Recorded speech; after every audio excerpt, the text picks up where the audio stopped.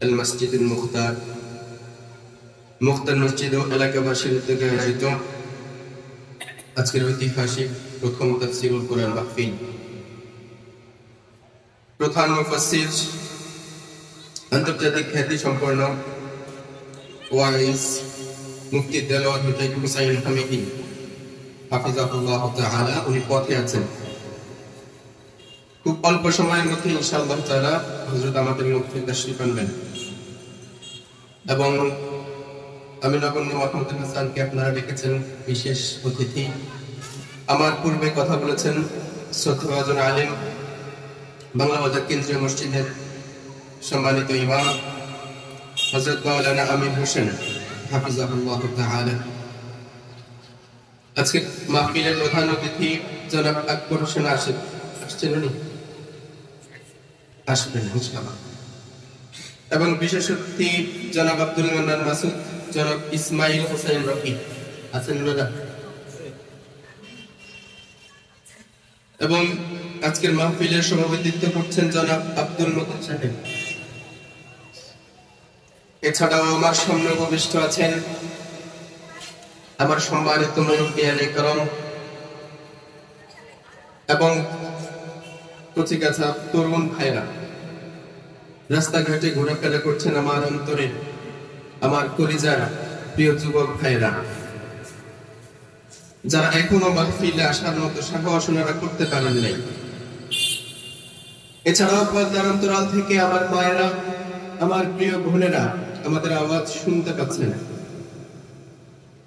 আজকের এই মাহফিল হওয়াতে এই এলাকাবাসী, এই মুখতার মসজিদের আশেপাশের যে লোকজন, আপনারা খুশি না বেজার? আমরা মানুষ কম, এজন্য কি আপনারা দিনমন্য?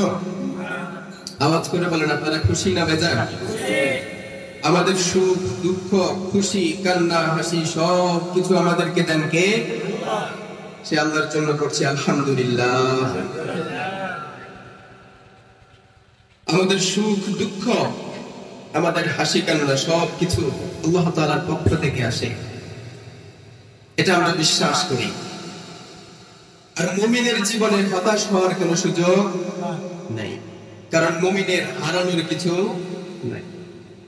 যদি আল্লাহ ভালোবেসে দয়া করে আমাদেরকে পৃথিবীতে অনেক কিছু দেন, সেটাও আমাদের জন্য কল্যাণ। আবার যদি আল্লাহ তাআলা আমাদেরকে ভালোবেসে পৃথিবীতে না দেন, তার মানে আমাদের জন্য আখিরাতে এগুলো প্রিজার্ভ করে রেখেছেন কে? এজন্য আমাদের হারানোর কিছুই নাই। আমরা সব সময় উইনার, সব সময় গেইনার। আমরা কখনো হারি না, মুমিন কখনো হারতে পারে না। মুমিনদেরকে আল্লাহ তাআলা হারার জন্য সৃষ্টি করেন নাই। সুবহানাল্লাহ পড়েন। তো মুমিনদেরকে আল্লাহ তাআলা যে এত কিছু দিয়েছেন, আসলে মুমিন কারা জানার দরকার আছে না নেই? পৃথিবীর মানুষ দুই রকম হয়, একদল হয় সফল, একদল হয় বিফল। একদল হয় সার্থক, আরেক দল হয় ব্যর্থ। তো কারা সফল কারা ব্যর্থ আমাদেরকে জানিয়েছেন কে? আল্লাহ আমাদেরকে শিখিয়েছেন কারা ব্যর্থ আর কারা সফল। সফলতা এবং ব্যর্থতার মানদণ্ড হবে কোরআন। কোরআন আমাদেরকে শিখাবে কিভাবে সফল হওয়া যায়। কোরআন আমাদেরকে বলবে, আমাদেরকে সতর্ক করবে কি করলে আমাদের জীবনটাই ব্যর্থ।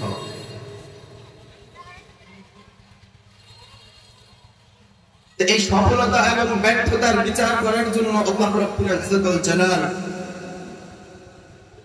কোরআনুল কারীম একটা সূরা দিয়েছেন।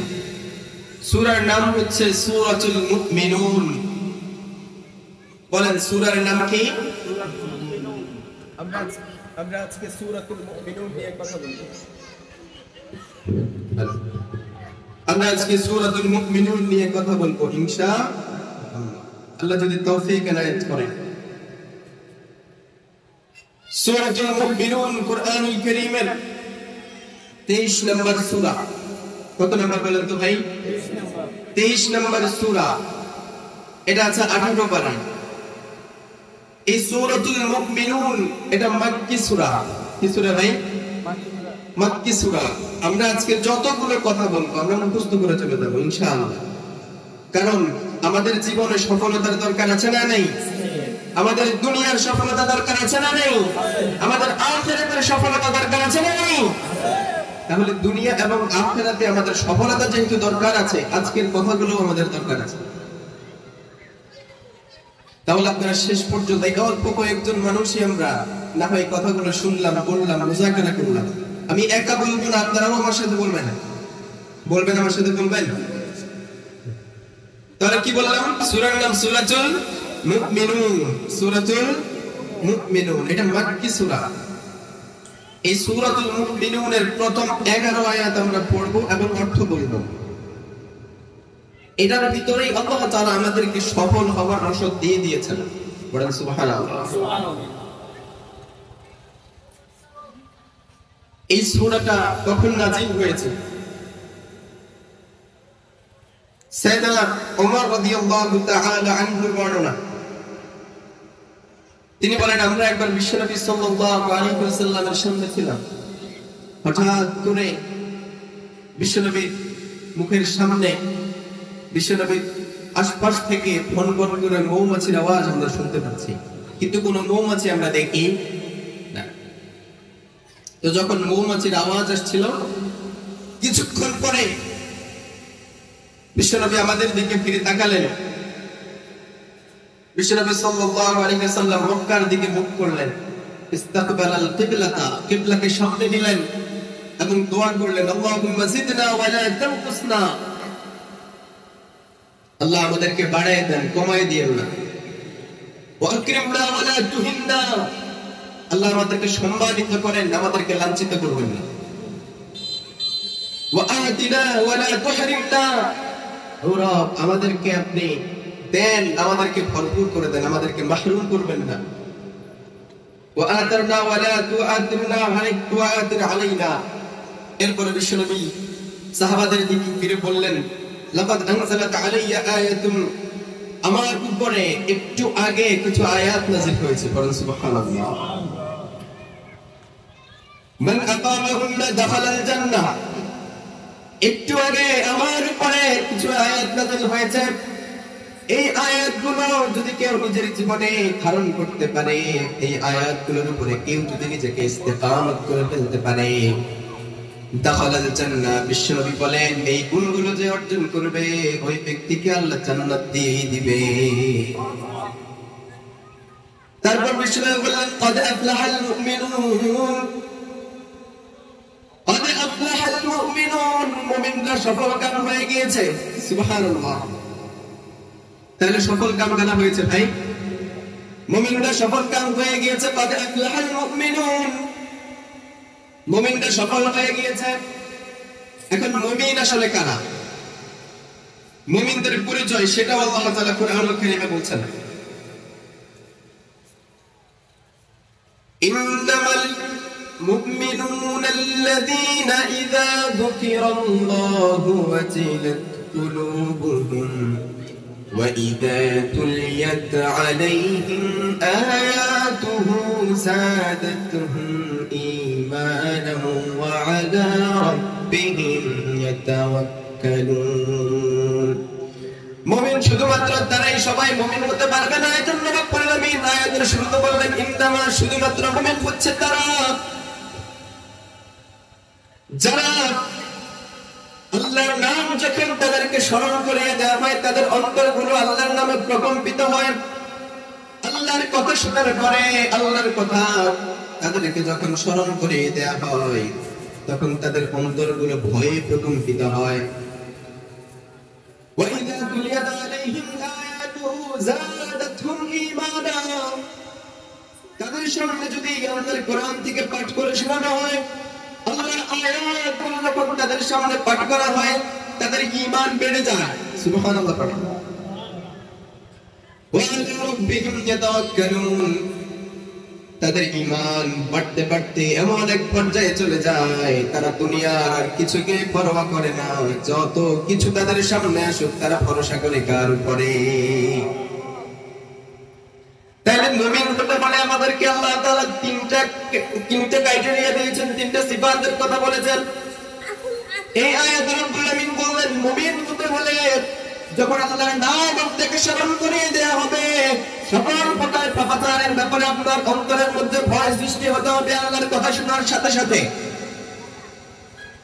আর যখন আপনার সামনে কোরআন থেকে তেলাওয়াত করে শোনানো হবে, আপনার ঈমান বৃদ্ধি পাবে, আল্লাহর প্রতি আপনার ভালোবাসা বেড়ে যাবে।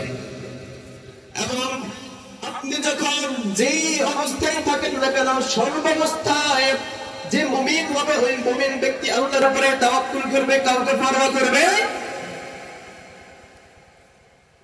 এরা হচ্ছে মুমিন। এদের ব্যাপারে রব্বুল আমিন আয়াত নাযিল করে বলেন যে قد أفلح المؤمنون, যারা মুমিন হয়েছে, যারা ঈমান এনেছে, তারা সফলকাম হয়ে গিয়েছে। এরপরে সফলকাম ব্যক্তিদের গুণগুলো আল্লাহ তাআলা এক এক করে বর্ণনা করছেন। সফলকাম ব্যক্তিদের এক নাম্বার গুণ, কারণ সেটা কোন শুনেন, মূল আলোচনা শুরু হয়ে গিয়েছে।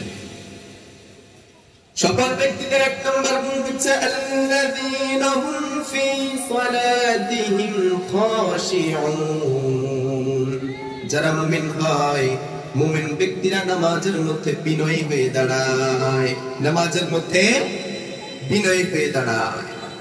বিনয় কাকে বলে? মুফাসসিরিন ইকরাম লেখেন as-সাকিনুন, শান্তভাবে দাঁড়ায়, অত্যন্ত প্রশান্ত মন নিয়ে দাঁড়ায়, অত্যন্ত ভয়ের সাথে দাঁড়ায় যে আমি আল্লাহর সামনে দাঁড়িয়েছি।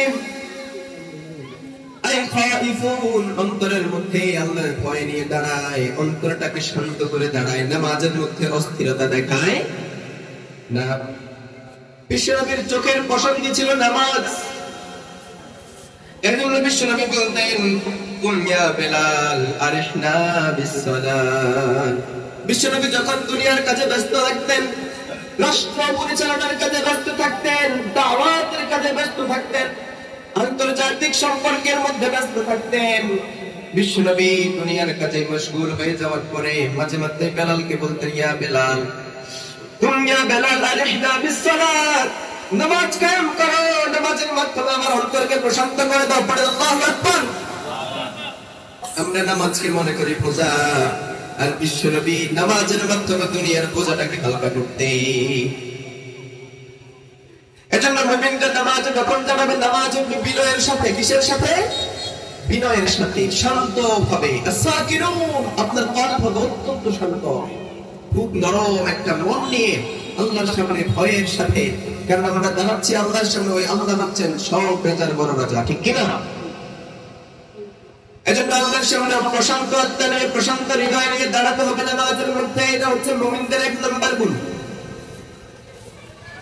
বিশ্বনবী স্বয়ং নিজে নামাজে কি পরিমাণ খাশিঈ থাকতেন, কি পরিমাণ বিনয়ী তিনি থাকতেন।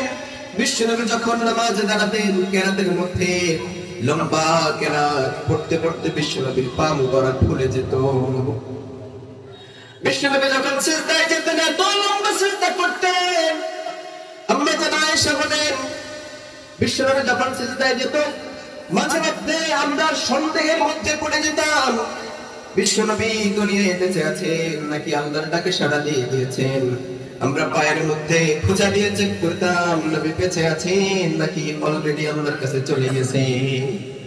যখন বিশ্বনবীর পায়ের মধ্যে খোঁচা আমরা দিতাম, যখন নবী পা নাড়াতেন, তখন আমরা বুঝতে পারতাম বিশ্বনবী সিজদায় আছেন, মারা যান নাই। আল্লাহু আকবার। এখন ছিল বিশ্বনবীর নামাজের বিনয়িতা। আর আমরা নামাজ পড়ি, সিজদা দেই আর উঠি, সুবহান রাব্বিয়াল আলা তিনবার বলার মতো সময় নাই। কিন্তু মুমিনদের এমন হওয়ার কথা ছিল না। মুমিনদের নামাজ হবে খাশিঈন, তারা নামাজ হবে অত্যন্ত বিনয়ী। সাহাবায়ে কেরামের নামাজ কেমন ছিল? সাহাবায়ে কেরাম যখন মরুভূমির মধ্যে নামাজে দাঁড়াতেন, এত লম্বা কেরাত পড়তেন, এত শান্ত হয়ে দাঁড়াতেন, এত কম নড়াচড়া করতেন যে পাখিরা এসে সাহাবীদের মাথার উপরে বসে যেত। যে এটা কি খেজুর গাছ না, মানুষ বোঝার কোন উপায়? সাইয়েদনা আলী রাদিয়াল্লাহু তাআলা আনহুর কথা আপনারা সবাই জানেন। সাইয়েদনা আলী পায়ের মধ্যে তীর খেয়েছেন, প্রচন্ড যন্ত্রণা, তীর টান দিলে আলীর মনে হয় জীবনটা বের হয়ে যায়, পা থেকে তীর বের করা যায় না।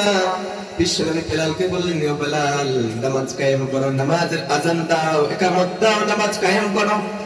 নামাজের মধ্যে এক সাহাবীকে বিশ্বনবী বললেন, তুমি নামাজ দাঁড়াবো না, পেছন থেকে তোমার আমরা নামাজ দাঁড়াবো, আলীর পা থেকে টান দিয়ে তীরটা বের করে নিবা। যেই কথা সেই কাজ। আলী রাদিয়াল্লাহু তাআলা নামাজে থাকা অবস্থায় সাহাবী পেছন থেকে তীর টেনে বের করে, আলী টের পায় না। এই ছিল সাহাবায়ে কেরামের নামাজের মধ্যে বিনয়িতা। আর আমরা কি করি? মশা একটা বসছে, দুই হাত একসাথে থাকবো, আছে না নাই? নামাজের মধ্যে দাঁড়িয়ে চলকায়, আছে না নাই? নামাজের মধ্যে ঘরের দিকে তাকায়, আছে না নাই? আবার নামাজ পড়ে এই দিকে ওই দিকেও তাকায়, আছে না নাই? মুমিনদের কাজ এরকম হতে পারে। মুমিনদের নামাজে তখন দাঁড়ানো বিনয়ের সাথে দাঁড়ানো, কারণ তারা আল্লাহর সামনে দাঁড়িয়েছে। বিশ্বনবী বলতেন যখন তোমরা নামাজে দাঁড়াবে, আনতা আবুদাল্লাহ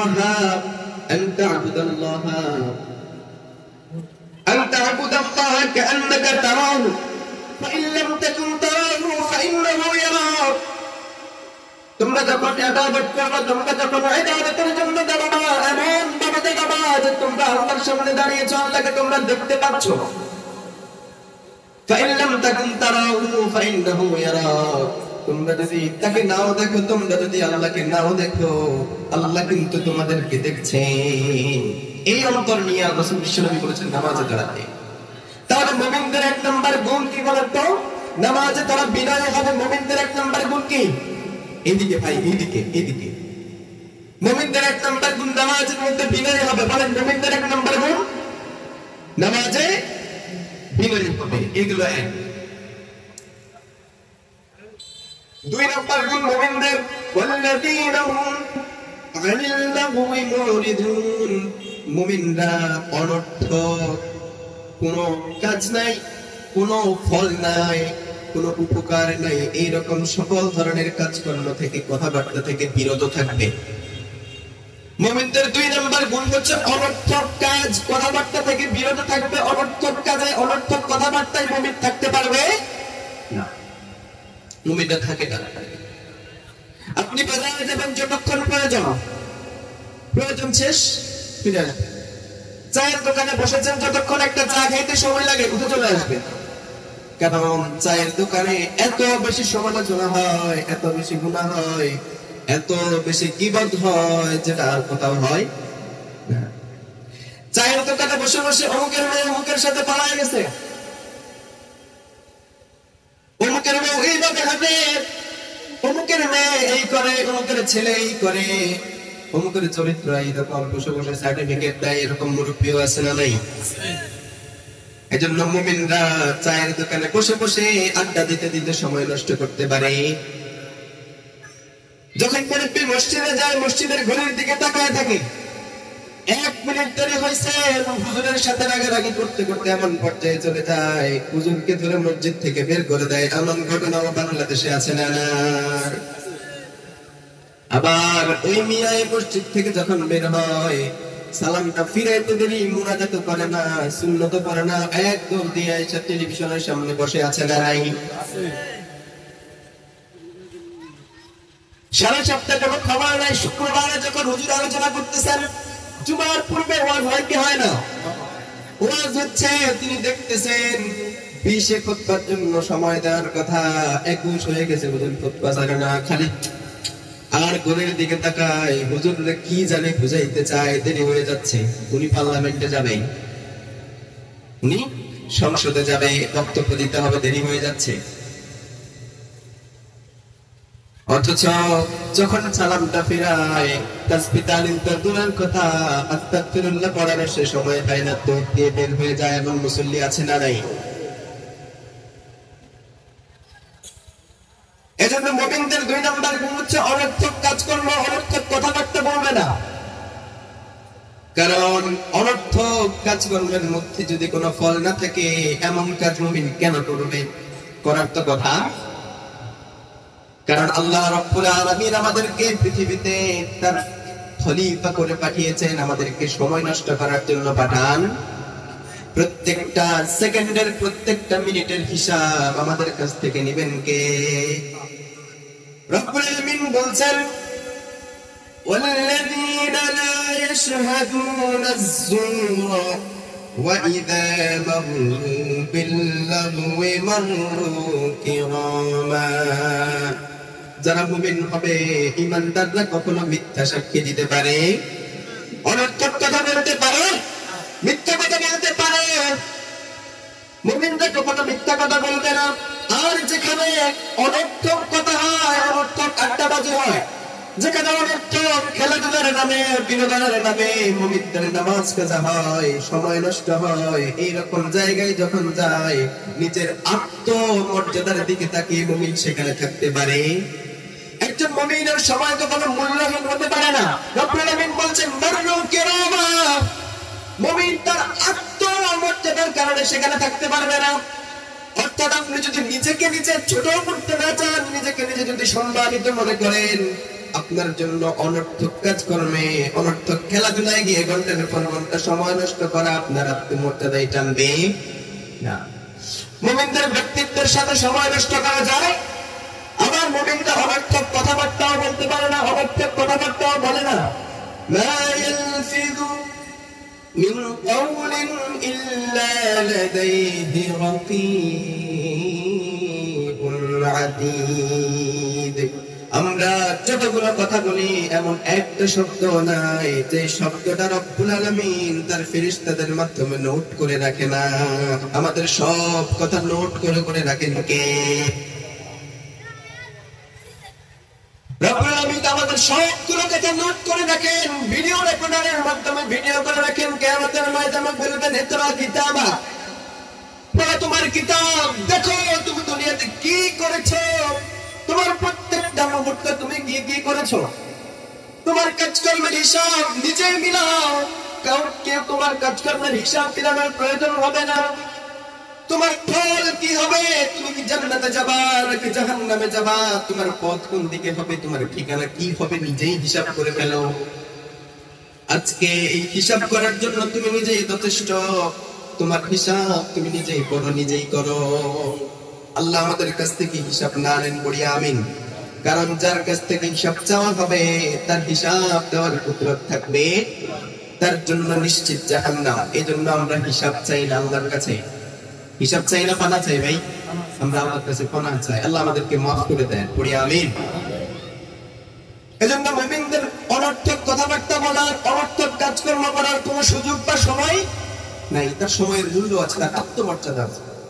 3 নম্বরে রব্বুল আলামিন বলছেন, ওয়াল্লাযীনা হুম লিয-যাকাতি ফাঈলুন। মুমিনরা যাকাত আদায়ের ব্যাপারে সক্রিয় হয়, যাকাত আদায়ের ব্যাপারে সক্রিয় হয়। অর্থাৎ যদি নিজের যাকাত আদায়ের মতো সম্পদ হয়, যাকাত আদায় করে দেয়, অথবা যাদের যাকাত দেওয়ার মতো সামর্থ্য আছে তাদের কাছ থেকে নিয়ে যাকাত আদায়ের ব্যবস্থা করে দেয়। এই যাকাতের ব্যাখ্যায় মুফাসসিরিন কিরাম লিখেছেন, এইখানে যাকাতের অর্থ দুইটা। যাকাতের অর্থ দুইটা, যেহেতু সূরাটা হচ্ছে মাক্কি সূরা, অথচ যাকাত ফরজ হয়েছে মাদানী জীবনে। তাই রব্বুল আলামিন মাক্কি সূরার মধ্যে যাকাতের কথা কেন বললেন? কারণ হচ্ছে এইখানে যাকাতের অর্থ হবে দুইটা। 1 নম্বর অর্থ হচ্ছে এখানে যাকাত দ্বারা বোঝানো হয়েছে নফসের যাকাত। যাদের যাকাত অর্থাৎ নিজের নফসকে পরিশুদ্ধ করা, যাকাত শব্দের অর্থই পরিশুদ্ধ করা, বাড়ানো, নিজের আধ্যাত্মিকতাকে বাড়ানো, নিজের অন্তরকে পরিশুদ্ধ করা।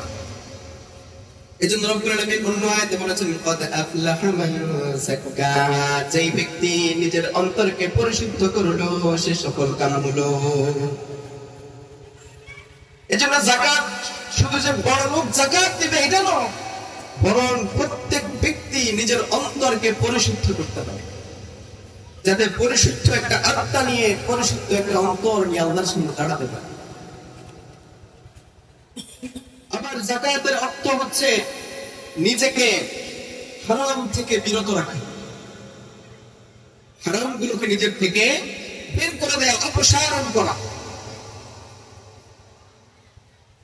মুফাসসিরিনে কেরাম লেখেন কি থেকে নিজের অন্তরকে পরিশুদ্ধ করবে, নিজের থেকে কি অপসারণ করবে, সেটা হচ্ছে শিরক। কি অপসারণ করবে ভাই? শিরক, বিদআত, কবিরা গুনাহ।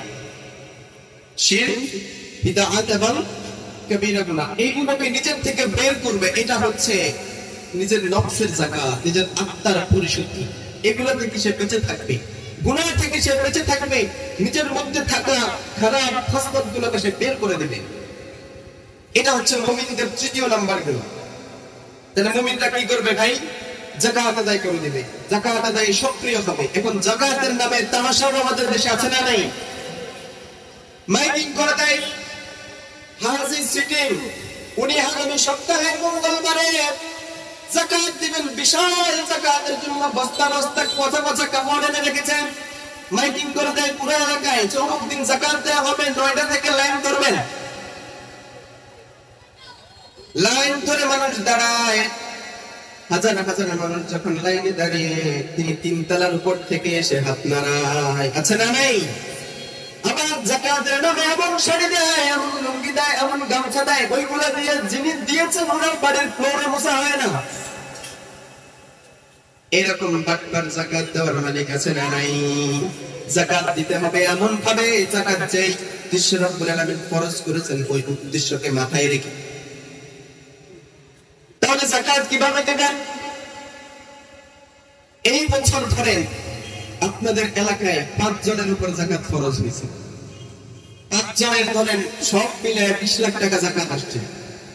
এই 20 লাখ টাকা দিয়ে এই বছর আপনি 3 জনকে ব্যবসাদার করায় দেন, সিএনজি কিনে দেন, গাভী কিনে দেন। আগামী বছর ওই লোক আর যাকাত নেওয়া লাগবে? যাকাতের উদ্দেশ্য ছিল দরিদ্র বিমোচন,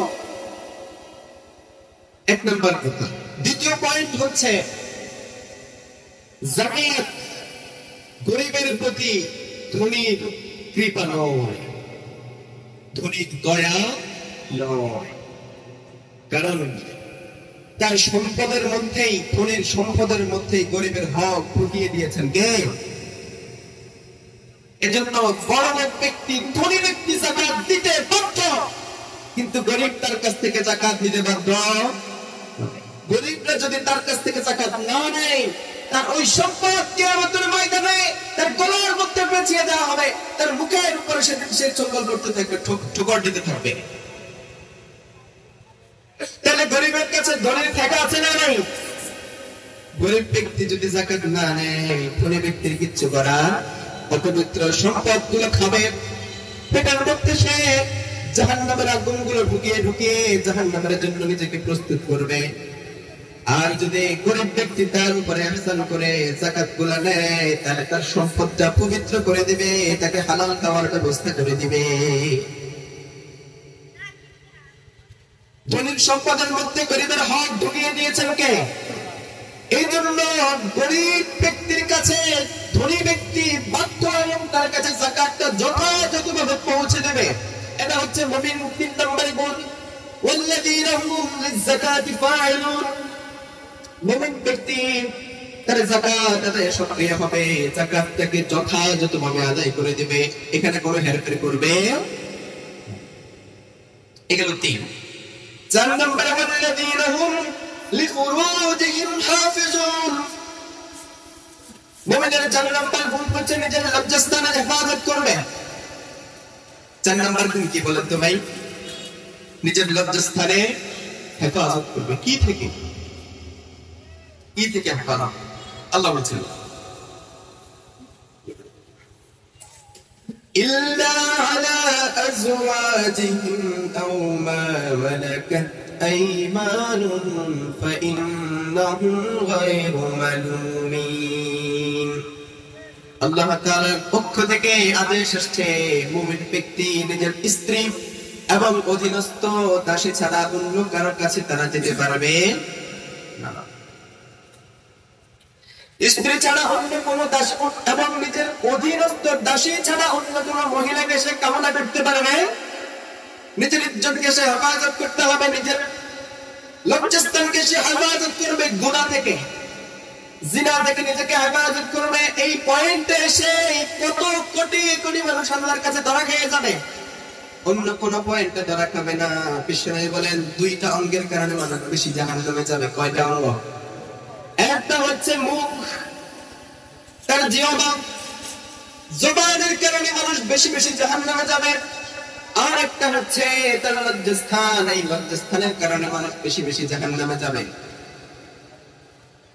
এজন্য রাব্বুল বলছেন স্ত্রী ছাড়া অন্য কারো কাছে যাওয়া যাবে, নিজের অধীনস্থ স্ত্রী এবং দাসী ছাড়া অন্য কাউকে কামনা করা যাবে। মুমিনদের ব্যক্তিত্বের সাথে এটা যায়, যাদের সামর্থ্য আছে, যাদের চাহিদা আছে, সামর্থ্য আছে, 2 বিয়ে করেন, 3 বিয়ে করেন, 4 বিয়ে করেন, যদি আপনার সমতা বজায় রাখার মতো ক্ষমতা থাকে। কথা বুঝে গেছে ভাইরা?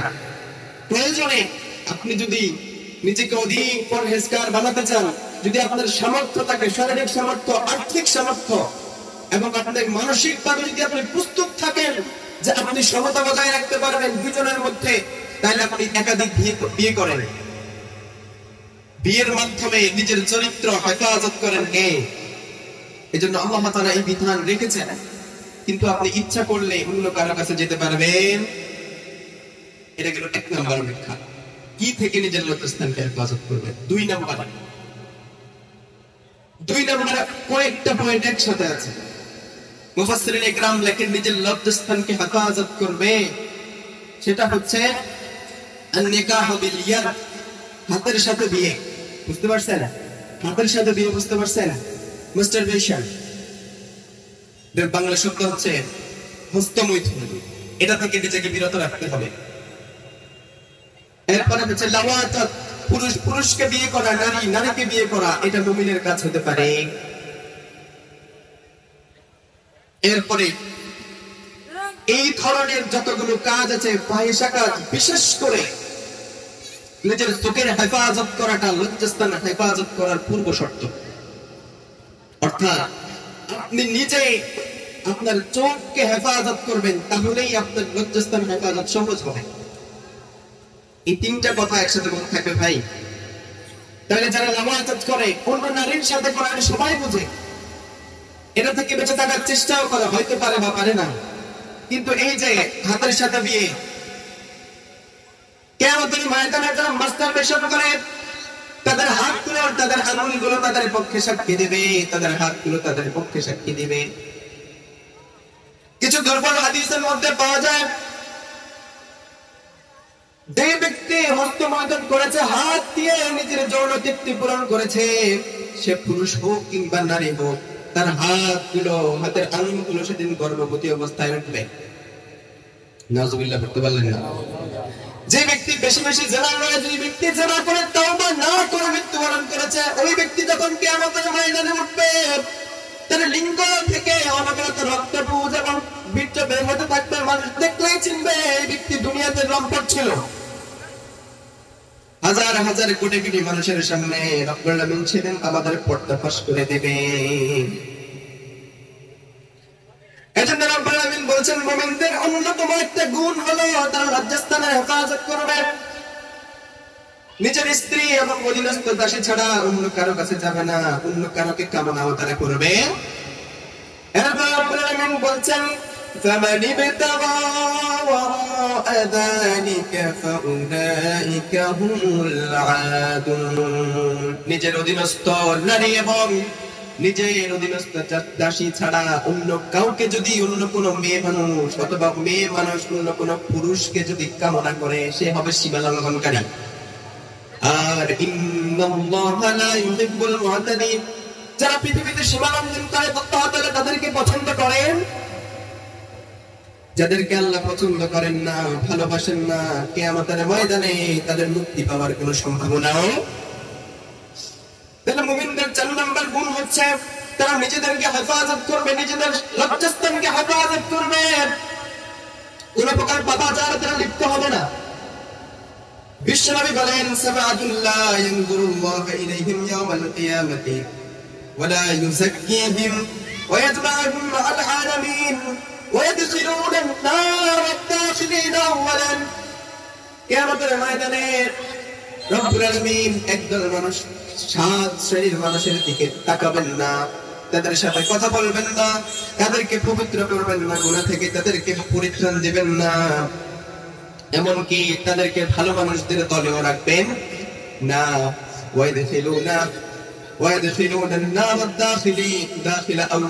তাদেরকে জাহান্নামে সবার আগে আগে ঢুকায় দিবেন। এই 7 দল মানুষ কারা? 1 নম্বরে বিষ্ণু বলছেন নাকে পিলিয়ানি, যারা হস্তমৈথুন করে, এদের দিকে রব্বুল আলামিন তাকাবেন না, এদেরকে রব্বুল আলামিন গুনাহ থেকে পবিত্র করবেন না, এদেরকে রব্বুল আলামিন গুনাহ থেকে পরিত্রাণ করবেন না, আবার সবার আগে রব্বুল আলামিন এদেরকে জাহান্নামে দেবেন। 2 নম্বরে বলছেন আল ফাহিল ওয়াল মাফউল, যারা পুরুষ পুরুষকে বিয়ে করবে, নারী নারীকে বিয়ে করবে, পুরুষ পুরুষের সাথে যৌনকর্ম করবে, নারী নারীর সাথে যৌনকর্ম করবে, এই উভয় দলকে রব্বুল আলামিন তাদের দিকে তাকাবেন না, তাদেরকে পবিত্র করবেন না, তাদেরকে গুনাহ থেকে পরিত্রাণ দিবেন না, ভালো মানুষদের সাথে তাদেরকে দাঁড়াতে দিবেন না, সবার আগে জাহান্নামে ফেলে দিবেন। যে ব্যক্তি মদ খায় তাওবা করে না, মদ খায় কিন্তু তাওবা করে নাই, মদখোর অবস্থায় মৃত্যুবরণ করেছে, রব্বুল আলামিন কিয়ামতের ময়দানে তাদেরকে দেখে নেবেন।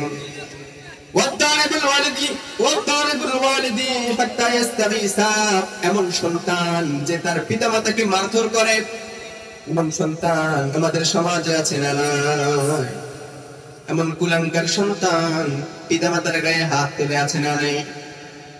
রব্বুল আলামিন কিয়ামতের ময়দানে এমন সন্তানগুলোকে ভালো মানুষদের কাতারে দাঁড় করাতে দিবেন, তাদেরকে ভালো মানুষের কাতারে দাঁড়াতে দিবেন না, তাদেরকে পবিত্র করবেন না, গুনাহ থেকে পরিত্রাণ দিবেন না, সবার আগে তাদেরকে জাহান্নামে ফেলে দিবেন।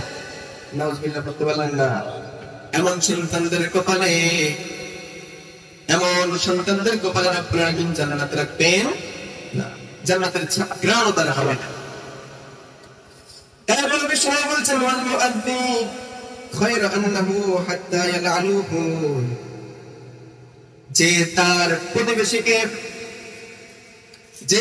প্রতিবেশীকে কষ্ট দেয়, এমনকি প্রতিবেশীর প্রতি লানত করে, প্রতিবেশীকে কষ্ট দেয়, প্রতিবেশীর প্রতি লানত করে, এমন ব্যক্তির জন্য জাহান্নাম অবধারিত। আমাদের প্রতিবেশী আছে না নাই সবার ভাই? আমরা প্রতিবেশীকে কষ্ট দিব? মুমিনরা প্রতিবেশীকে কষ্ট দিতে পারে না। তাই আসছিলাম থেকে যে চরিত্র হেফাজত করা। এরপরে 7ম শ্রেণী, যাদেরকে আল্লাহ তাআলা পবিত্র করবেন না, যাদের দিকে আল্লাহ তাআলা তাকাবেন না, যাদেরকে রব্বুল আলামিন সবার আগে জাহান্নামে দিবেন, তাদের মধ্যে একটা শ্রেণী হচ্ছে আল হিলা, যারা হিলা করে। হিলা বুঝেন? হ্যাঁ, হিলা বুঝেন আপনারা? এক ব্যক্তি রাগের মাথায় বউকে 3 তালাক দিয়ে বলছে, কয় তালাক? আপনারা আমার কথা বুঝেন না? আমার দেখা যায় ছোট মানুষ একটু কষ্ট করে হলেও দেখেন। তাহলে যারা হিলা করে, হিলা মানে কি?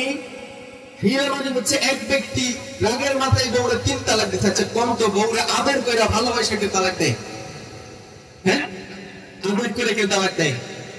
কিছু ভুলে তালাক দিয়ে ফেলছে, তারপরে রাগের মাথায় তালাক দিচ্ছে। আরে ভাই, তালাক হয়ই তো রাগের মাথায়, যদি কাটাকাটি মারামারি না হয় তালাক হয়? ভালোবাসার সম্পর্কে যদি তালাক হয়? রাগের মাথায় তালাক, তালাক তো ভূমি রাগের মাথায়। তালাক দেওয়ার পরে হুজুরের কাছে গিয়ে কান্না কাটি, আবার হুজুরের নুরানি পাশ। কি পাশ? হুজুর নুরানি পাশ, মাওলানা বিশাল মাওলানা নুরানি পাশ। হুজুরের কাছে গেছে, হুজুরের ঘোষণায় আসছে, সাথে সাথে ফতোয়া দিয়ে দিছে। হুজুর আরেকজনের সাথে বিয়া পড়ায় দিছে, কন্ট্যাক্ট করে। কি করে? কন্ট্যাক্ট করে বিয়া পড়ায় দিছে, যে আজকে তোর সাথে বিয়ে দিলাম, রাতে তোর সাথে থাকবে, এমন একটা খুঁজে বের করে, সমাজের সবচেয়ে হাবাগোবা মদের ট্রেডের একটা ছেলে বের করে খুঁজে তার সাথে বিয়ে পড়ায় দেয়। বলে খবরদার, রাতে তুই এক পিছনে ঘুমাবি, আমার বউ আর এক পিছনে ঘুমাবে, টাকার বিনিময়ে, পয়সার বিনিময়ে। বিকাল বেলা বিয়ে পড়ায়, সকাল বেলা তালাক দিয়ে ওই বেলায় আবার বিয়ে করে, আছে না?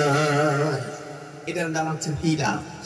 যারা হিলা করবে, যারা হিলা বিয়ার ফতোয়া দেয়, যারা হিলা বিয়া করে, যার মাধ্যমে করানো হয়, সমান ব্যাপারে একই মাসালা।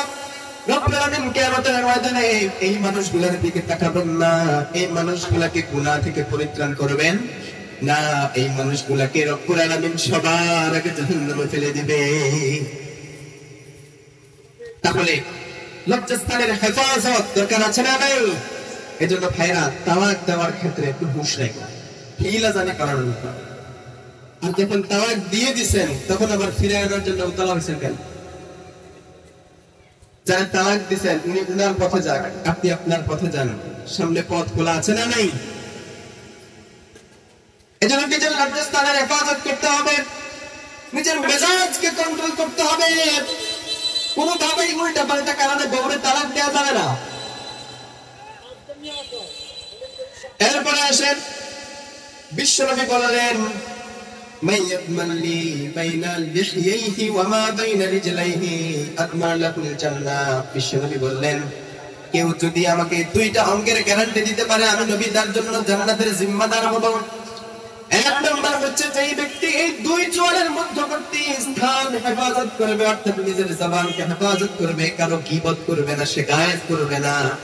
আর দুই নম্বরে হচ্ছে যেই ব্যক্তি দুই রানের মাঝখানের অঙ্গ নিজের লজ্জাস্থানের হেফাজত করবে, পুরুষ হোক কিংবা নারী, এই দুই অঙ্গের কেউ যদি হেফাজত করে মৃত্যুবরণ করে, বিশ্বনবী সাল্লাল্লাহু আলাইহি ওয়াসাল্লাম তার জন্য জান্নাতের জিম্মাদার হয়ে যাবে। আল্লাহ আমাদেরকে মানার তৌফিক দান করে, আমিন। এগুলো 4 নাম্বার গুণ, নিজের লজ্জাস্থানের হেফাজত করা।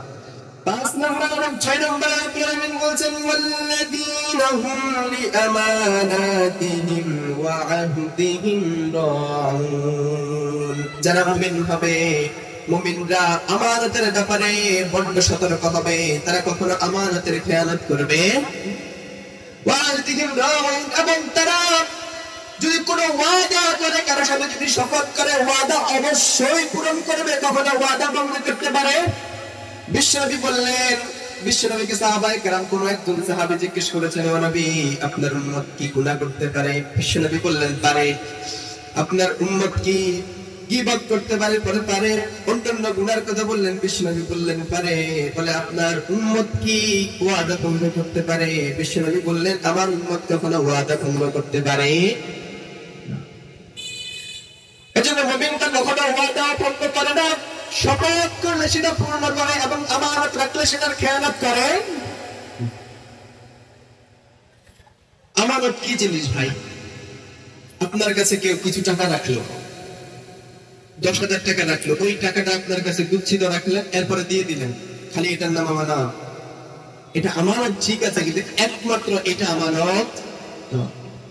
আপনার কাছে কেউ একটা গোপন কথা বললে, আপনি বন্ধু মানুষ, আপনারে পছন্দ করে, অন্তরের জ্বালা যন্ত্রণা আপনার কাছে বলল, আপনার কাছে বিশ্বাস করে বললো যে দোস্ত আমার অন্তরের অবস্থা ভালো না, পরিবারের অবস্থা এই, ছেলের অবস্থা এই, আর্থিক অবস্থা এই, আমার এমন কঠিন সময় যাচ্ছে, কাউকে পারছি না বলতে, পারছি না সেটা আমার কিনতে। আপনারা বিশ্বাস করে কিছু গোপন কথা বলে দিলেন, আর আপনি সেটা নিয়ে আস্তে করে প্রকাশ করে দিলেন, তার মানে আপনি আমানতের খেয়ানত করে ফেললেন। মুমিনরা এরকম হইতে পারবে? মুমিনদের কাছে যখন আমানত রাখা হয় সেটাকে অবশ্যই সংরক্ষণ করবে মুমিন। আমানতের খেয়ানত সে করতে পারে না। আবার আমানত শুধুমাত্র কথা হেফাজত করা তাও না, আমানত হেফাজত করার মানে হচ্ছে দায়িত্বের হেফাজত করা। কিসের হেফাজত? এই ওয়ার্ডের মেম্বার, এটা কত নম্বর ওয়ার্ড? 4 নম্বর। এই 4 নম্বর ওয়ার্ডের যিনি মেম্বার, 4 নম্বর ওয়ার্ডের মেম্বার মহোদয়, এই 4 নম্বর ওয়ার্ডের সমস্ত মানুষের দায়িত্বশীল, সমস্ত মানুষের রাষ্ট্রীয় যত কাজকর্ম আছে, রাষ্ট্রীয় যত কার্যক্রম আছে, সব কিছুর জন্য তিনি জিম্মাদার। এই সমাজে সামাজিক ভাবে যত বিচার আচার হবে, এগুলোর তিনি বিচারপতি। এই সমাজের যত ধর্মীয় প্রতিষ্ঠান আছে, যত রাষ্ট্রীয় প্রতিষ্ঠান আছে, এগুলো তার কাছে আমানত। এই এলাকায় এই 4 নম্বর ওয়ার্ডে যত মানুষ বাস করে, প্রত্যেকজন মানুষের তিনি জিম্মাদার, সব মানুষের জানমাল তার কাছে আমানত। এখন মেম্বার সাহেব যদি বিচার করতে গিয়ে ঘুষ নেয়, তিনি আমানতের খেয়ানত করে ফেললেন।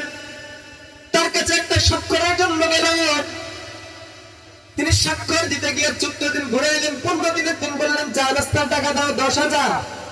10,000 টাকা নিয়ে উনি সাইন করলেন। এটা আমানতের খেয়ানত। মেম্বার যদি মনে করেন দুইজনের মধ্যে জমি নিয়ে ঝামেলা হয়েছে, আপনাদের এলাকায় জমি নিয়ে ঝামেলা নাই? আপনাদের এলাকায় আছে। জমি নিয়ে দুই পক্ষের মধ্যে দ্বন্দ্ব হয়েছে। এখন যে পক্ষ বাদী হয়েছে, বাদী পক্ষ জমি পাইছে, ধরেন এক ডিসিম জমি বের হয়ে গেছে, বাদী পক্ষ আসলে জমি পাইছে।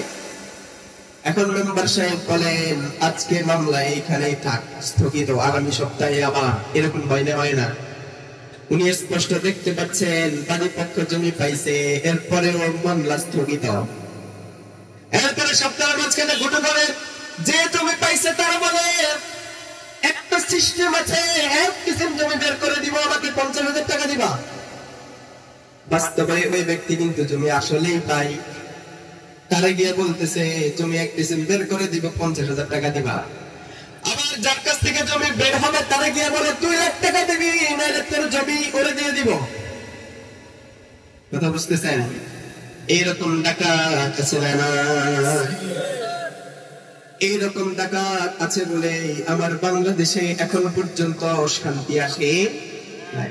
বিধবারা অধিকার পায় না, বৃদ্ধরা অধিকার পায় না, তার প্রত্যেকটা স্ত্রীরা অধিকার পায় না, এতিম ছেলেদের সম্পদ সংরক্ষণ হয় না। এই ধরনের ডাকাত আছে বলে ঠিক কিনা? এই যে আপনি মানুষের অধিকার হরণ করলেন, আপনি আমানতের খেয়ানত করেছেন, আপনি মুমিনদের মধ্যে পড়েন। তাইলে মুমিনদের অন্যতম একটা গুণ হলো সে আমানতের খেয়ানত করতে পারে। বিশ্বনবী বলেন আরবাউন মান কুন্না ফীহি খাসলাতুন কানাত মুনাফিকান খালিসান কানা মুনাফিকান খালিসান। কোন একজন ব্যক্তির মধ্যে যদি 4টা গুণ থাকে, 4টা বদ অভ্যাস থাকে, ওই ব্যক্তি একেবারে টাটকা মুনাফিক, নিশ্চিত মুনাফিক। আবার যদি এই 4টা গুণের মধ্যে কোন একজন ব্যক্তির মধ্যে একটা মাত্র গুণ থাকে, তাহলে বলতে হবে ওই ব্যক্তির মধ্যে মুনাফিকের একটা খাসলত আছে, একটা খাসলত আছে, কিন্তু তাকে পুরোপুরি মুনাফিক বলা যাবে না। এবার বিশ্বনবী বললেন ইদা তুমিনা খারা, ওই ব্যক্তির কাছে যদি কোনো আমানত দেয়া হয়, কোনো দায়িত্ব তাকে দেয়া হয়, সে সেখান থেকে খেয়ানত করবে। ওয়াইজা হাদাসা কাযাবা, যখন সে কথা বলে কথায় কথায় মিথ্যা বলে, আছে না নাই? আপনাদের সমাজে মিথ্যাবাদী মানুষ আছে। দেখবেন কিছু মানুষ আছে বিনা কারণে মিথ্যা বলে, কোনো দরকার নাই, কোনো প্রয়োজন নাই, হুদাই একটা মিথ্যা কথা বলে। এই মিথ্যা কথা বলা মুনাফিকদের অন্যতম একটা গুণ, অন্যতম একটা খাসলত। এরপর বিশ্বনবী বলছেন ওয়াইদা আহাদা কাদারা, যে ব্যক্তি ওয়াদা করলে ওয়াদা রাখতে পারে না, ওই ব্যক্তি মুনাফিক। এটা মুনাফিকের একটা খাসলত। সে ওয়াদা করলে ওয়াদা রাখে না। সে আবার যদি কারো নামে শপথ, আল্লাহর নামে শপথ করে বলছে কোন একটা কথা, কিন্তু কয়েকদিন পরে সে তার শপথ রাখে ভঙ্গ করে ফেলে। এরকম মানুষও আছে না নাই? এটা মুমিনদের গুণ হতে পারে না। মুমিনদের গুণ হবে তারা যখন ওয়াদা করবে, রক্ষা করবে। এরপরে বিশ্বনবী বললেন ওয়াইজা খাসামা ফাজারা, কোন কারোর সাথে যখন ঝগড়া লাগে, কোন ব্যক্তির সাথে যখন তর্ক লাগে, ঝগড়া লাগে, ঝগড়াই না পারে, গালিগালাজ শুরু করে দেয়। আছে না? ঝগড়া লাগলে না পারলে গালিগালাজ শুরু করে। এটা মুনাফিকের একটা খাসলত। তাহলে আমরা বললাম মুমিনদের 5 এবং 6 নাম্বার গুণ। 5 নাম্বার হচ্ছে সে যদি ওয়াদা করে সেটা রক্ষা করবে এবং শপথ করলে সেটা পূর্ণ করবে। 5 এবং 6। 7 নাম্বার এবং শেষ গুণ والذين هم على صلواتهم يحافظون, তারা তাদের নামাজগুলোকে সংরক্ষণ করবে। মুমিনরা মুমিনদের নামাজগুলোকে সংরক্ষণ করবে। সালাত কায়েম করো, সালাত কায়েম করো, হবে সম্মানিত তুমি, হবে জান্নাতি তুমি, হবে সম্মানিত তুমি, হবে জান্নাতি তুমি। দিবে কাল হাসরে শীতল ছায়া আরশে আজিম, রব্বিয়াল আলা রব্বিয়াল আজিম, রব্বিয়াল আলা রব্বিয়াল আজিম। পড়ুন সুবহানাল্লাহ। নামাজ পড়লে কিয়ামতের ময়দানে যেখানে কোনো ছায়া থাকবে না, নামাজি ব্যক্তিকে আরশের ছায়া দিবেন কে? সে আল্লাহ বলছেন মুমিনদের স্বাদ এবং শেষ গুণটা হলো তারা নামাজের ব্যাপারে সতর্ক থাকবে, নামাজকে তারা হেফাজত করবে। মুফাসসিরিন ইকরাম লিখেন নামাজের হেফাজতের মানে হচ্ছে নামাজগুলোকে ওয়াক্তে মতো আদায় করবে, সঠিক সময়ে নামাজগুলোকে আদায় করবেন। যেই নামাজের যে ওয়াক্ত, ওই ওয়াক্তের মধ্যে ওই নামাজটাকে শেষ করবে। আবার কেউ কেউ বলেছেন নামাজের রুকু সিজদাগুলো ঠিকঠাক করবে, রুকু সিজদায় তাড়াহুড়ো করবে না, মসজিদে গেলে তাড়াহুড়ো করবে না, ইমাম সাহেবের সাথে গরম পাজি করবে না। যারা মুমিন হবে তারা তাদের নামাজের ব্যাপারে সতর্ক হবে, নামাজকে হেফাজত করবে। এর ব্যাখ্যায় মুফাসসিরিন ইকরাম লিখেছেন নামাজের মধ্যে তাড়াহুড়া তারা করবে না। বিশ্বনবী বলেন যে ব্যক্তি, বিশ্বনবী বলেন পৃথিবীর সর্বশ্রেষ্ঠ বড় সূর কে বলো তো? বিশ্বনবী সাহাবায়ে কেরামকে জিজ্ঞাসা করলেন সবচেয়ে বড় সূর কে? তখন সাহাবায়ে কেরাম বিশ্বনবীর উপরে ছেড়ে দিলেন যে আল্লাহ এবং তার রাসূলই ভালো জানে। তারপর বিশ্বনবী বললেন সবচেয়ে বড় সূর হচ্ছে নামাজের মধ্যে যে রুকুতে চুরি করে, যে সিজদায় গিয়ে চুরি করে। সাহাবায়ে কেরাম বললেন রুকু সিজদায় কেমনে চুরি করে? বিশ্বনবী বললেন রুকুতে যায় কিন্তু রুকুতে স্থির হয় না, উঠে যায়। সিজদায় যায়, সিজদায় গিয়ে স্থির হয় না, উঠে যায়। এরকম মুসল্লি আমাদের সমাজে আছে না? না। এই সমস্ত অভ্যাস আমাদেরকে ত্যাগ করতে হবে। 1 মিনিটের মধ্যে 3 রাকাত নামাজ পড়ে ফেলে, আছে না? নাই। 1 মিনিটের মধ্যে 3 রাকাত নামাজ নাই, শেষ, একেবারে 5G গতিতে। তারা মুমিনদের কাজ হচ্ছে নামাজের রুকু সিজদার হেফাজত করবে, তাড়াহুড়ো করবে, মসজিদে গিয়ে শান্তির মতো থাকবে, শান্ত হয়ে বসবে। বিশ্বনবী বলেন মুমিনদের উদাহরণ হচ্ছে মুমিনরা যখন মসজিদে যায় তারা এতটাই শান্তি অনুভব করে যেমন মাছগুলো পানির মধ্যে শান্ত থাকে, পানির মধ্যে মাছগুলো শান্তিতে থাকে। মুনাফিকরা যখন মসজিদে যায় তাদের অন্তরগুলো এমন ছটফট করে, কখন বের হয়ে আসবে। কারণ মুনাফিকরা মানুষকে দেখানোর জন্য নামাজ পড়ে, ঠিক কিনা? মুনাফিকরা আল্লাহকে দেখানোর জন্য নামাজ পড়ে না, আল্লাহর সন্তুষ্টি তারা চায় না, তারা মানুষকে দেখাতে চায়। এজন্য মুনাফিকরা যখন মসজিদে যায় অন্তর তাদের ছটফট করতে থাকে। বিশ্বনবী বলেন মুনাফিকরা যখন মসজিদে যায় তারা বের হওয়ার জন্য এমন ভাবে ছটফট করে যেমন আকাশের একটা মুক্ত পাখিকে একটা খাঁচার মধ্যে বন্দী করলে সে ছটফট করে। খাঁচায় বন্দী পাখি দেখছেন ভাইরা? খাঁচায় বন্দী যখন পাখি থাকে, খাঁচায় যখন বন্দী করে ফেলা হয়, খাঁচার ভিতরে শান্ত হয়ে বসে থাকে না ছটফট করে? শুধু ফাঁক খোঁজে কখন বের হয়ে যাবে, কোন ফাঁক দিয়ে বের হইতে পারবে, সুযোগ খোঁজে শুধু। এই মুনাফিকরা যখন মসজিদে যায় তারাও এমন করে, বের হওয়ার জন্য লাফালাফি করে, বের হওয়ার জন্য ফাড়াফাড়ি শুরু করে দেয়, কখন বের হয়ে যাবে। কিন্তু খুতবা দিতে 2 মিনিট দেরি হয়েছে তখন যে অবস্থা খারাপ, দাঁত ভেঙে বেরোচ্ছে। এরকম আছে না? নেই। আমরা এই ধরনের অভ্যাসগুলো ত্যাগ করব। মুনাফিকরা যখন মসজিদে যাবে তারা তাদের নিজের অন্তরগুলোকে হেফাজত করতে পারে না, কারণ তারা মানুষকে দেখানোর জন্য যায়। আর মুমিনরা মসজিদে গিয়ে শান্ত হয়ে বসে, কারণ তারা আল্লাহর ঘরে গিয়েছে, তারা আল্লাহর মেহমান। বলেন আমরা যখন মসজিদে যাই আমরা কার মেহমান? আল্লাহর মেহমান। তাই আমরা যখন আল্লাহর মেহমান হয়েছি মসজিদে গিয়ে আমরা তাড়াহুড়া করবো ভাইরা? আমরা তাড়াহুড়া করবো না। আল্লাহ আমাদেরকে বুঝার তৌফিক দান করছে। আমিন। আব্দুল্লাহ ইবনে মাসউদ রাদিয়াল্লাহু তাআলা আনহু বলেন, তিনি বলেন সাআলতু রাসূলুল্লাহ সাল্লাল্লাহু আলাইহি ওয়াসাল্লাম,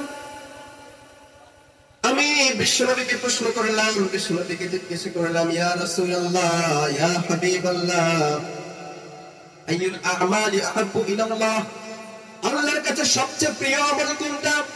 আল্লাহর কাছে সবচেয়ে ভালোবাসার আমল কোনটা? বান্দার কোন আমল আল্লাহ সবচেয়ে বেশি পছন্দ করেন? বিশ্বনবী বললেন আহাব্বু ইলাল্লাহি আসসালাত, আর নামাজ হচ্ছে বান্দার পক্ষ থেকে আল্লাহর কাছে সবচেয়ে বেশি প্রিয় একটা ইবাদত।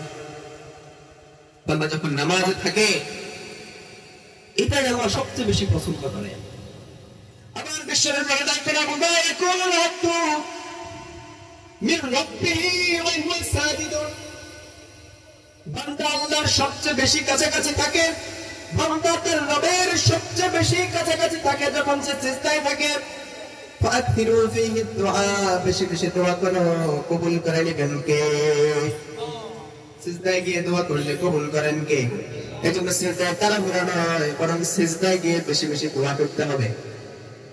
রব্বুল আলামিন বলছেন উলাইকা হুমুল ওয়ারিথুনাল্লাযীনা ইয়ারিথুনাল ফিরদাউসা হুম ফীহা খালিদুন। পড়েন আল্লাহু আকবার। রব্বুল আলামিন বলছেন এই ৭টা গুণের অধিকারী যদি কোনো ব্যক্তি হয়ে যায়, কোনো মুমিন হয়ে যায়, ওই মুমিনকে আমি ওয়ারিস সূত্রে জান্নাত লিখে দিব। সুবহানাল্লাহ পড়েন। আর ওই জান্নাত এমন শান শওকতের জায়গা, ওই জান্নাত এমন একটা বাড়ি, ওই জান্নাত এমন একটা রাজত্ব, যে রাজত্বের কখনো সীমা নাই, ওই রাজত্ব কোনোদিন শেষ হয়ে যাবে। জান্নাতে যে ব্যক্তি একবার ঢুকবে আর কখনো বের হবে না। আবার রব্বুল আলামিন বলছেন ওই জান্নাতটাকে আমি এমন ভাবে সুশোভিত করেছি, মা মিনকুম মিন আহাদিন ইল্লা মানজিলা, বিশ্বনবী বলেন কোন ব্যক্তি মৃত্যুর পরে তার দুইটা জায়গা হবে। কয়টা? মৃত্যুর পরে কয়টা জায়গা? দুইটা জায়গা। ফি জান্নাতিন ওয়া মানজিলা ফিন নার, হয় সে জান্নাতে যাবে, না হয় সে জাহান্নামে যাবে। মান মাতা দাখালা নার, যে ব্যক্তি মৃত্যুর পরে জাহান্নামে গেল, সে সেখান থেকে আর কখনো বের হবে না। ওয়ারাসা আহলুল জান্নাতি মানজিলাহু, আর যে ব্যক্তি জান্নাতে যাবে চিরস্থায়ীর জন্য জান্নাত তার বাড়ি হয়ে যাবে। এই জান্নাতে যারা একবার যাবে তাদেরকে আর বের হতে হবে না। এটা কোন জান্নাতের কথা বলছেন রব্বুল আলামিন? এমন একটা জান্নাত, যে জান্নাতগুলোর মধ্যে সবচেয়ে বড় জান্নাতের নাম হচ্ছে জান্নাতুল ফিরদাউস। সবচেয়ে বড় জান্নাত জান্নাতুল ফিরদাউস। আর সবচেয়ে ছোট যে জান্নাতটা ব্যক্তি পাবে, যে ব্যক্তি অনেক মাইটার খায়, ডিমান্ড শেষ হওয়ার পরে, নিজের গুনাহগুলো মোচন হওয়ার পরে জান্নাতে যাবে। ও ভাই, রডের মধ্যে, লোহার মধ্যে যখন ঝাং ধরে, এটাকে কি করে ভাই? পিটায় আগুনে দিয়ে পিটায়, তারপরে এখান থেকে জং বের করে, এরপরে নতুন ভালো একটা কাজে লাগায়। ঠিক কি ঠিক না? মুমিন বান্দা যখন গুনাহ নিয়ে মৃত্যুবরণ করবে, কিয়ামতের ময়দানে দেখবে ঈমান আছে, বদামল আছে, ঈমান আছে, আইল ছালা ফেলিও আছে, ঈমান আছে, সুদও আছে, ঈমান আছে, ঘুষও আছে, ঈমান আছে, বিচারে হেরফের আছে, ঈমান আছে, মিথ্যা সাক্ষীও আছে। এই ব্যক্তির গুনাহগুলোকে জংয়ের সাথে তুলনা করা হয়েছে। এই ব্যক্তিকে রব্বুল আলামিন সাময়িকভাবে জাহান্নামে দিয়ে পিটায় গা থেকে আগে গুনাহগুলো সরাবে, এরপরে তার যেহেতু ঈমান আছে তাকে জাহান্নাম থেকে উঠানো হবে, তাকে একটা জান্নাত দেয়া হবে, ছোট্ট একটা জান্নাত। যে ব্যক্তি সর্বশেষ জান্নাতে যাবে, জাহান্নাম থেকে তাকে যখন উঠানো হবে, জাহান্নামের মধ্যে আর কোন ঈমানদার ব্যক্তি আর নেই, সবার শাস্তি শেষ। একজন মাত্র ব্যক্তি আছে, সে জাহান্নামের ভিতর থেকে প্রচন্ড শাস্তির তাপে সে চিৎকার করে বলবে, ও আল্লাহ, আমারে এখান থেকে রক্ষা করো। ইয়া হাইয়্যু ইয়া কাইয়্যুম বিরহমাতিকা নাস্তাগীসু, আল্লাহ তোমার রহম থেকে আমাদের একটু সাহায্য দাও, তুমি রহম করে দয়া করে আমাদের একটু সাহায্য করো। চিৎকার করবে। তখন রব্বুল আলামিন বলবেন ফেরেশতাদেরকে, ও আমার জান্নাতের রক্ষী ফেরেশতারা, জাহান্নামের ভিতরে আমার আর কোন প্রিয় বান্দা আছে নাকি? বিশ্বনবী বলেন, মান ক্বালা লা ইলাহা ইল্লাল্লাহ দাখালাল জান্নাহ, যে ব্যক্তি পৃথিবীতে অন্তর থেকে বলবে আমার রব একমাত্র আল্লাহ, আল্লাহ ছাড়া আমার কোন ইলাহ নাই, যে ব্যক্তি বলবে, ওই ব্যক্তিকে রব্বুল আলামিন জান্নাতে অবশ্যই প্রবেশ করাবেন। জাহান্নামের ফেরেশতাদেরকে ডেকে বলবেন, আবার আর কোন প্রিয় বান্দা জাহান্নামে আছে নাকি? ফেরেশতারা খুঁজে দেখো। তখন দেখবে জাহান্নামের এক কোণায় আল্লাহর এক বান্দা, তখন আল্লাহর কাছে সাহায্য চায়, তার ঈমানও আছে, গুনাহও ছিল, শাস্তির মেয়াদ শেষ। তখন আল্লাহ রাব্বুল আলামিন তার মুত্তাকিদের সাথে কথা বলবেন, ও বান্দা কি চাও আমার কাছে, কি চাও? তখন বান্দা আল্লাহর ডেকে বলবে, আল্লাহ এই শাস্তি তো আর সরে না, অন্তরটা তো পুড়ে ছারখার হয়ে গেল, শরীরটা তো আর মানে না, এবারের মতো আমারে মাফ করে দাও। বলতে বলবে আল্লাহ আমাদের খালি জাহান্নামের একটু কিনারে নিয়ে দাও, উঠানোর দরকার নেই, কি বলবে একটু কিনারে নিয়ে দাও, আর কিচ্ছু চাবো না। তারা যখন জাহান্নামের কিনারে এনে দেওয়া হবে, মাঝখানের শাস্তির তুলনায় কিনারের শাস্তি এত কম, সে শাস্তিতে আসে ভুলে যাবে, ঘুমায় যাবে। সুবহানাল্লাহ।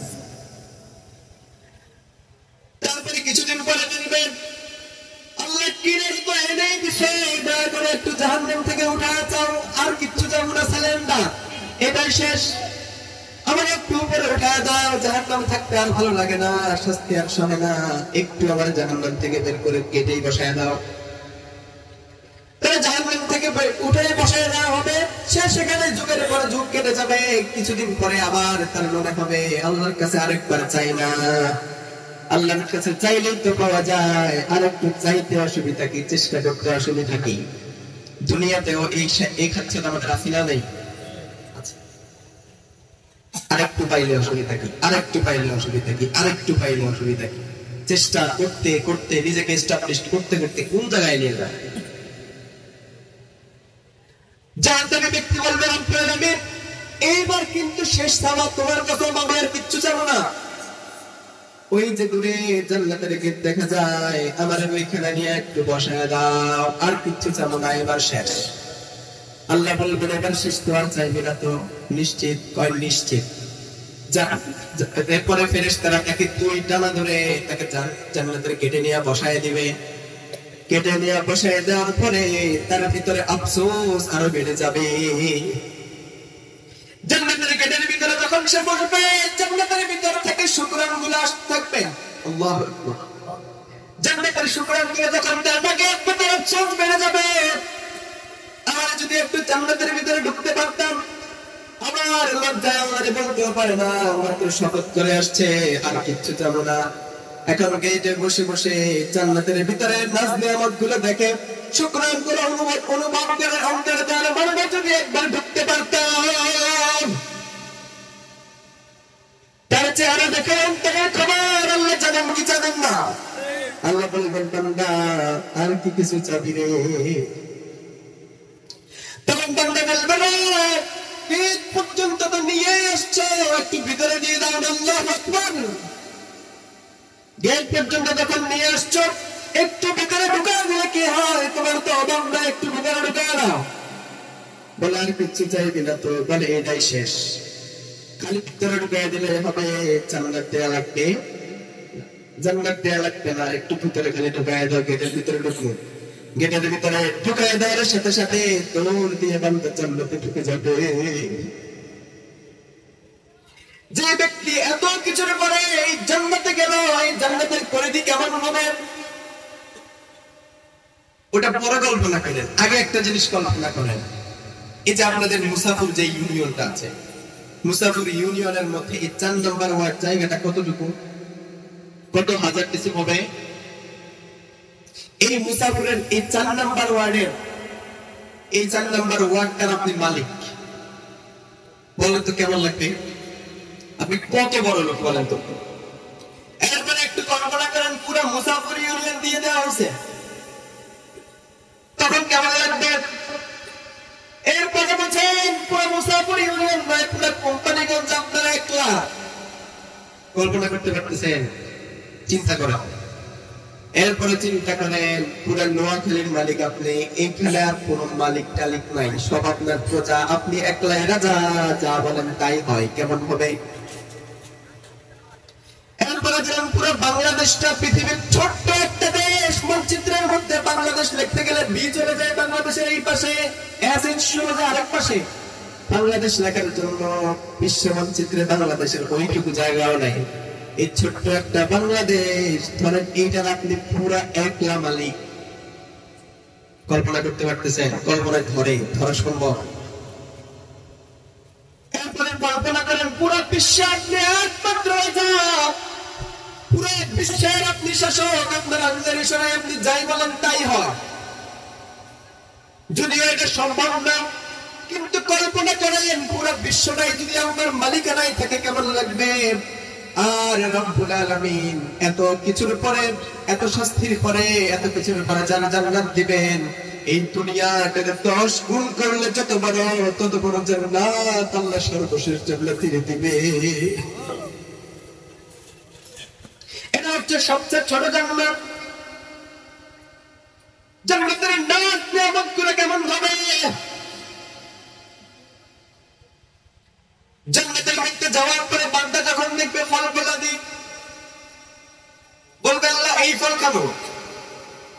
এইটা আনতে না আনতে এটা আনার আগেই বান্দার অন্যদিকে চোখ পড়বে। দুনিয়ার একই খাচ্ছ, খাই খাই খাচ্ছ, আছে না? বলবে আল্লাহ এইটা না, এইটা পরে খাবো, ওইটা আগে দেন। এরপরে বলবে এইটা না, ওইটা পিছনের মধ্যে দেখা যায়, ওইটা আগে দেন। তখন আল্লাহ বলবেন এটা কি দুনিয়া পাইছ তুই? একবার এটা, একবার এটা। আল্লাহ বলবেন যেটা দিছে এটাই খাও। বান্দা যখন আল্লাহর কাছ থেকে এই নির্দেশ শুনবে, বললে আল্লাহ আপেল তো দুনিয়াতেও খাইছি, এখানেও খাওয়াইবা। কমলা তো দুনিয়াতেও খাইছি, এখানেও খাওয়াইবা। আঙ্গুর তো দুনিয়াতেও খাইছি, এখানেও খাওয়াইবা।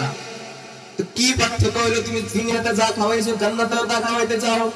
আমি বলে আমার ওইটা দিই, তুমি ওইটা দাও না, বলে তার কাপড় দিয়ে রাখ। আল্লাহু আকবার। দুনিয়াতে আমরা একটা আপেল যখন খাই, একটা কামড় দিলে যে 17 কামড় দিলেও, জান্নাতে যখন রব্বুল আলামিন এই ফলগুলো দিবেন, বান্দা তো বুঝে না এটা চাই ওইটা চাই। কারণ খাই খাই অভ্যাস মানুষের আছে, শেষ পর্যন্ত কিছুই খাইতে পারে না। যখন সে একটা আপেলের মধ্যে কামড় দিবে, প্রথমবার এক স্বাদ, দ্বিতীয়বার আরেকবার কামড় দিবে আরেক স্বাদ, তৃতীয়বার আরেক কামড় দিবে আবার আরেক স্বাদ। যত কামড় দিবে ভিন্ন ভিন্ন স্বাদ করে। আল্লাহু আকবার। বান্দা পাগল হয়ে যাবে, বলবে আল্লাহ আমি তো বুঝি না। এই কারণে একবার এটা একবার রাখিস। তারপর বান্দা যখন যাবে, সে ঘুরে বেড়াতে পারবে জান্নাতের মধ্যে, এই প্রান্ত থেকে ওই প্রান্ত বিশ্ব ভ্রমণ করবে। জান্নাতে তার আত্মীয় স্বজনের সাথে দেখা করবে, পেয়ারা হাবিব রাহমাতুল লিল আলামিনের সাথে বান্দা দেখা করবে। সে এইভাবে ঘুরে বেড়াবে। হঠাৎ মাঠের মধ্যে বসে সে বিশ্রাম নিতে চাইবে, দেখবে একটা পাখি আকাশ দিয়ে উড়ে যায়। মনে মনে চিন্তা করে, পাখিটা যদি ধরে ভুনা করে খাওয়া যাইতো। আমাদেরও এই কল্পনা হয় কি হয় না? কথা কম, কল্পনা হয় কি হয় না?